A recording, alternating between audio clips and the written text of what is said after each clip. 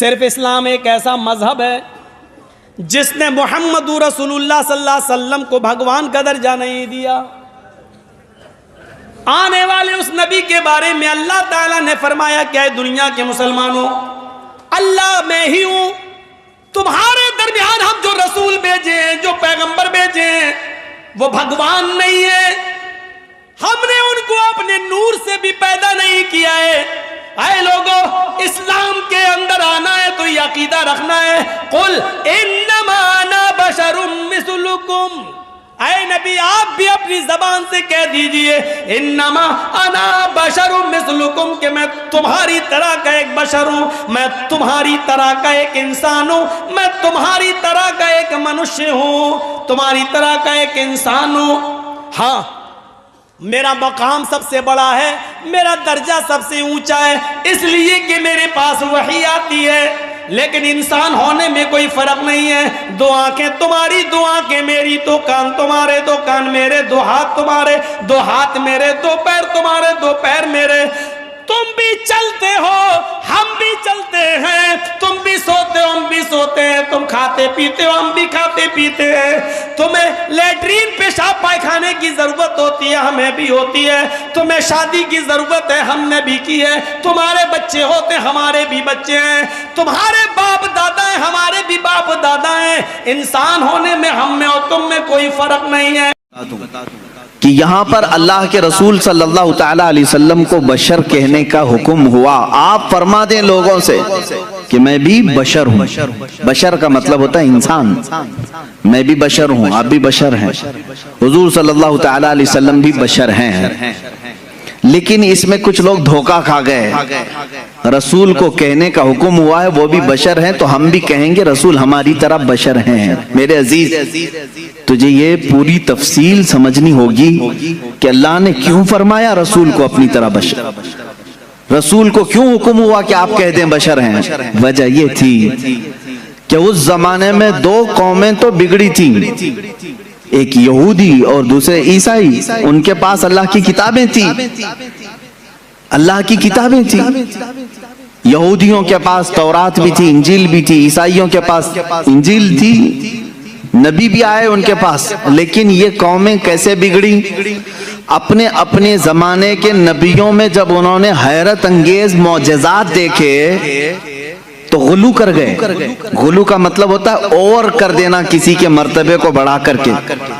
حضرت عزیر علیہ السلام ایک نبی ہیں، اللہ نے ان پر نیند طاری کر دی، وہ 100 سال تک سوتے رہے۔ قرآن پاک میں اللہ نے اس کا تذکرہ بیان فرمایا ہے، 3 پارے میں، سورہ بقرہ ہی میں ہے۔ 100 سال تک ایک ہی مقام پر سوتے رہے، پھر 100 سال کے بعد مولا نے دوبارہ انہیں اٹھایا اور وہ اپنی قوم کے پاس آئے۔ ان کے بچے ان سے بڑی عمر کے ہو چکے تھے، یہ غالباً 33 یا 35 سال کی عمر میں گئے تھے، واپس جب اٹھائے گئے 100 سال کے بعد تو ان کی جو عمر تھی وہی تھی، لیکن جو قوم کی عمر تھی وہ 100 سال آگے جا چکی تھی۔ اب اس معجزے کو دیکھ کر کے کئی لوگ ششدر رہ گئے، کیا کوئی 100 سال کے بعد دوبارہ اٹھ سکتا ہے؟ کوئی موت کے بعد دوبارہ آ سکتا ہے؟ تو ان لوگوں نے کیا کہنا شروع کیا، ایسا حیرت انگیز کام ہم نے آج تک دیکھا نہیں تھا، اگر عزیر کے ساتھ ایسا ہوتا ہے تو یہ اللہ کا بیٹا ضرور ہوگا۔ وقالت الیہود عزیر ابن اللہ، تو یہودیوں نے کہا عزیر اللہ کا بیٹا ہے، تو انہوں نے کہاں تک بڑھا دیا، اللہ کا بیٹا کہہ دیا۔ اب ادھر آئیں عیسیٰ علیہ السلام۔ عیسیٰ علیہ السلام دنیا میں وہ تنہا شخص ہیں جو بغیر باپ کے پیدا کیے گئے۔ آدم علیہ السلام کے بعد، آدم علیہ السلام کو تو اللہ تعالیٰ نے بغیر باپ بغیر ماں کے پیدا کیا، لیکن عیسیٰ علیہ السلام صرف اور صرف حضرت بی بی مریم سے پیدا کیے گئے، اور حضرت مریم کو کسی نے چھوا تک نہیں، وہ اتنی پاکیزہ تھیں۔ جبرائیل امین علیہ السلام نے پھونک ماری اور وہ حملہ ہو گئی، اس حمل سے حضرت عیسیٰ علیہ السلام پیدا ہوئے، اور عیسیٰ علیہ السلام کا لقب بھی ہے روح اللہ۔ اب عیسیٰ علیہ السلام کے کچھ معجزے بھی تھے، وہ مٹی کے پرند بناتے تھے، مٹی کے کیچڑ اس میں پھونک مارتے تو پرندے زندہ ہو کر اڑتے تھے۔ یہ قرآن پاک میں ہے۔ جب عیسائیوں نے یہ تمام حیرت انگیز معاملات دیکھے نبی سے تو کہہ بیٹھے عیسیٰ اللہ کا بیٹا ہے۔ کیا کہا؟ عیسیٰ اللہ کا بیٹا ہے، معاذ اللہ رب العالمین۔ وقالت النصارى المسیح ابن اللہ، نصارہ نے کہا عیسیٰ علیہ السلام اللہ کے بیٹے ہیں۔ پتہ یہ چلا کہ جب نبی سے کوئی حیرت انگیز کام قوم دیکھتی ہے تو خدا تک پہنچا دیتی ہے۔ عزیر علیہ السلام 100 سال کے بعد دوبارہ اٹھے تو قوم نے کہہ دیا اللہ کا بیٹا ہے۔ عیسیٰ علیہ السلام بغیر باپ کے پیدا کیے گئے اور مٹی کے پرندوں میں پھونک مارتے تو اڑنے لگتے، تو عیسائیوں نے کہہ دیا وہ اللہ کے بیٹے ہیں۔ اب ادھر مکہ مکرمہ میں جو جلوہ رسول دیکھا ہے، رسول کریم صلی اللہ تعالیٰ علیہ وسلم کے ایک آدھ حیرت انگیز کام نہیں ہے، ہر دن ایک معجزے کا صدور ہے۔ کبھی یہ رسول انگلی اٹھا کر کے اشارہ کریں چاند پھٹ جائے، کبھی وہ بے زبان جانوروں سے کلام کریں درخت اکھڑ کر ان کی بارگاہ میں آ جائے۔ تو یہ حیرت انگیز کام جو رسول پاک کے ساتھ ہو رہے تھے، تو اب عرب کے لوگ پچھلی قوموں کی طرح بگڑ نہ جائیں اور رسول کو یہ نہ کہہ دیں کہ یہ خدا اتر پڑا ہے۔ اللہ نے فرمایا رسول آپ کہہ دیں کہ میں بشر ہوں۔ اللہ نے کیوں فرمایا قل انما انا بشر مثلکم، اے حبیب آپ فرما دے میں بشر ہی ہوں، کہ تم دھوکہ نہ کھا جانا، مجھے خدا مت سمجھ لینا۔ ایک بات یہ بھی ہے، اور دوسری بات ایک بہت بڑے گزرے ہوئے ایک مناظرے کا سبق بھی تھا اس میں۔ ابراہیم علیہ السلام کے ساتھ نمرود کا ایک مناظرہ ہوا تھا۔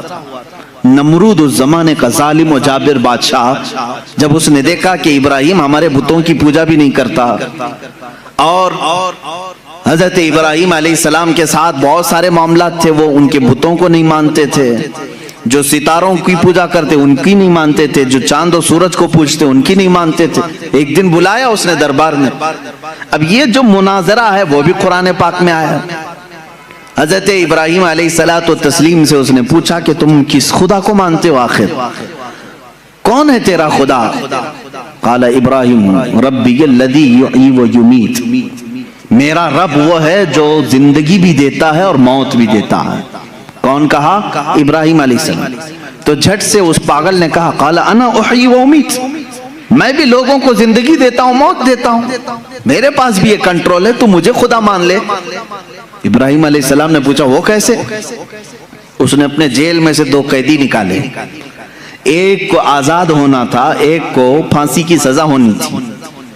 تو اس نے کہا دیکھو یہ آزاد ہونے والا ہے اور یہ پھانسی پہ چڑھنے والا ہے آج، لیکن جو مرنے والا تھا اس کو آزاد کر دیا، کہا کہ میں نے اس کو زندگی بخش دی، اور جو آزاد ہونے والا تھا اس کا گلا کاٹ دیا، کہا میں اس کو مار دیا۔ موت و حیات میں بھی دے سکتا ہوں۔ ابراہیم علیہ السلام نے کہا یہ نرا جاہل ہے، موت و حیات کا مطلب اس نے یہ سمجھ لیا۔ اب ابراہیم علیہ السلام نے اتنا زبردست چیلنج پیش کیا جو قرآن میں ہے۔ قال ابراہیم فإن اللہ یأتی بالشمس من المشرق فأتی بها من المغرب۔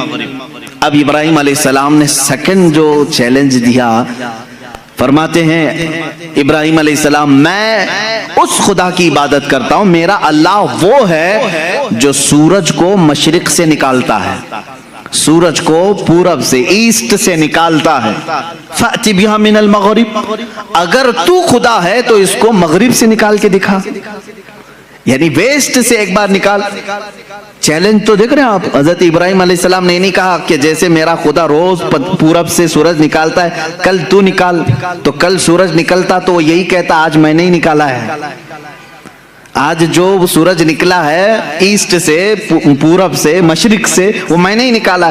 ابراہیم علیہ السلام نے اپوزٹ چیلنج دیا کہ خدا جب مشرق سے نکال سکتا ہے تو خدا مغرب سے نکالنے پر بھی قادر ہے، سورج اس کے کنٹرول میں ہے۔ تو اگر خدا ہے تو سورج مغرب سے نکال کے دکھا، جہاں سورج جا کے ڈوبتا ہے وہاں سے تو ایک دن سورج نکال کے دکھا۔ قرآن کہتا فَبُهِتَ الَّذِي كَفَرَ، یہ کافر وہاں مبہوت ہو گیا، لاجواب ہوا، ختم ہو گیا مناظرہ۔ یہ کب ہوا؟ ابراہیم علیہ السلام کے زمانے میں۔ ہاں اب اس مناظرے میں جیت اور فتح کس کی ہوئی؟ ابراہیم علیہ السلام۔ کس کی ہوئی؟ اس چیلنج کا جواب وہ نہیں دے سکا، لیکن اس مناظرے سے ایک سبق یہ نکلا، ایک نتیجہ یہ نکلا۔ ابراہیم علیہ السلام نے چیلنج یہ دیا تھا کہ جو خدا ہوگا وہ مغرب سے سورج نکالے گا، جو خدا ہوگا وہ مغرب سے سورج نکالے گا۔ یہ اس زمانے کو 2000 سال بیت گئے، اور جب مدینہ طیبہ کے قریب میں مولا علی کرم اللہ وجہہ الکریم کے لیے نماز عصر قضا ہو رہی تھی، محمد عربی صلی اللہ تعالی علیہ وسلم نے ڈوبے ہوئے سورج کو کہاں سے پلٹایا؟ مغرب سے نکالا۔ سورج ڈوب چکا تھا، سورج کو واپس اشارے سے پلٹایا۔ اب یہاں پر وہ والا مناظرہ پھر سے تازہ ہو گیا۔ ابراہیم علیہ السلام نے تو چیلنج دیا تھا نمرود کو کہ اگر تو خدا ہے تو سورج کو مغرب سے نکال۔ نمرود تو نہیں نکال کے دکھا سکا، لیکن محمد رسول اللہ صلی اللہ علیہ وسلم نکال کر دکھا دیے ہیں۔ تو اب کسی کا عقیدہ یہ نہ بگڑے۔ ابراہیم علیہ السلام نے کہا تھا جو سورج مغرب سے نکالے گا وہ خدا ہوگا۔ اللہ نے آیت نازل فرمائی، قل انما انا بشر مثلکم، اے رسول آپ فرما دیں یہ دھوکے میں نہ آئے، میں تمہاری طرح بشر ہی ہوں، لیکن میرے عزیزوں ساتھ میں اتنا یاد رکھنا عام بشر نہیں، وہ نوری بشر ہیں۔ اللہ رب العزت کی ان پر خصوصی عنایات ہیں۔ میں مانتا ہوں اے عقل والو میرا محمد خدا نہیں ہے، مگر دلوں میں یہ نقش کر لو کہ وہ خدا سے جدا نہیں ہے۔ یہ ہمارا عقیدہ ہے۔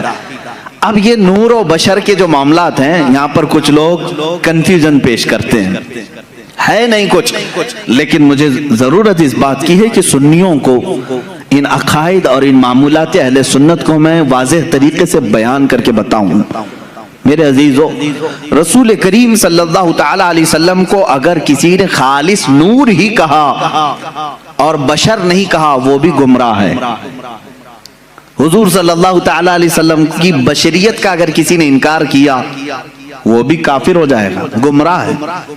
ہاں اگر کوئی یہ کہتا ہے کہ صرف وہ عام بشر ہیں تو بھی گمراہ ہے۔ عام بشر، عام انسان کہہ رہے تو بھی گمراہ ہے۔ تو کہنا کیا چاہیے؟ حضور پاک صلی اللہ تعالی علیہ وسلم کے لیے اہل سنت و جماعت کا عقیدہ یہ ہے کہ وہ نوری بشر ہیں۔ نوری بشر کا مطلب یہ ہوتا ہے دیکھنے میں تو بشر دکھتا ہے لیکن قدرت میں نوری مخلوق سے بھی بڑھ کر کے ہے۔ فرشتے نور ہیں، انسان بشر ہے۔ فرشتے نوری مخلوق ہیں، انسان بشر ہے۔ اب رسول کو اگر تم نے صرف نور کہا تو فرشتوں میں چلے جائیں گے، صرف بشر کہا تو صرف انسانوں میں۔ رسول ملائکہ کا بھی رسول ہے، انسانوں کا بھی رسول ہے، اس لیے تمہیں یہ کہنا پڑے گا کہ وہ نبی نور والے بھی ہیں اور بشریت بھی ان کے اندر ہے۔ ہمارا عقیدہ یہی ہے کہ وہ نوری بشر ہیں۔ کیا ہیں؟ نوری بشر ہیں۔ میرے عزیزو، اب جن لوگوں نے یہ کہا کہ رسول ہماری ہی طرح ہیں تو یہ تو عقل میں نہیں آتی بات، عقل میں نہیں آتی۔ میں کسی سادے سے مسلمان کو بھی اٹھا کر کے پوچھوں گا وہ توبہ توبہ کرے گا، کیسی بات کر رہے ہو، رسول ہماری طرح ہو سکتے ہیں؟ علماء کی بات تو چھوڑو، میں عام سے بندے کو بھی پوچھوں گا کیا تم اس بات کا عقیدہ رکھتے ہو کہ رسول ہماری طرح تھے؟ کوئی کہہ سکتا ہے؟ ہرگز نہیں۔ ہاں اس طرح کا کن لوگوں نے کہا تھا؟ دو ہی شخصیات ہیں جن کا قرآن میں ذکر ہے جنہوں نے رسول کو اپنی طرح کہا تھا۔ ایک ابلیس لعین ہے، شیطان مردود ہے، اور دوسرے وہ کفار و مشرکین ہے جو نبیوں کو کہتے تھے، قرآن میں ہے کہ یہ کیسے رسول ہیں، بازاروں میں کھاتے پیتے ہیں، ہماری طرح بازار کرتے ہیں، اٹھتے بیٹھتے ہیں، یہ کیسے رسول ہیں، یہ تو ہماری طرح ہے۔ تو کافروں نے رسول کو اپنی طرح کہا تھا، یا پھر دوسرا کون؟ شیطان نے کہا تھا۔ اب اگر کوئی بھی کہہ رہا ہو انہی دو کیٹیگری میں سے ہوگا، انہی دو کیٹیگری میں سے، یا تو شیطان کے یہ اولاد میں سے ہوں گے، وارثین میں سے ہوں گے، جانشین ہوں گے، یا سجادہ نشین ہوں گے، یا تو پھر کفار و مشرکین کے دلال ہوں گے، ایجنٹ ہوں گے۔ قرآن میں دو ہی لوگوں کا ذکر ہے کہ نبی کو اپنی طرح کہنے والے کفار و مشرکین تھے اور ابلیس لعین. شیطان نے کیا کہا تھا جب آدم علیہ السلام کو پیدا کیا گیا؟ اس نے کہا تھا مجھے تو آگ سے بنایا گیا, ان کو مٹی سے, کیسے یہ برابر ہو سکتا ہے, میں سجدہ کروں یہ نہیں ہو سکتا. بلکہ اس نے برابر کیا, اپنے آپ کو ان سے بھی بڑا سمجھا. جیسے آج لوگوں نے کہا ہے نا, کتابوں میں لکھا ہے امتی عمل کرتے کرتے کبھی نبی سے بھی بڑھ جاتا ہے. شیطان نے یہی کہا تھا کہ مجھے آگ سے پیدا کیا ہے, میں آدم سے بڑھ گیا ہوں, یہ مٹی سے ہے.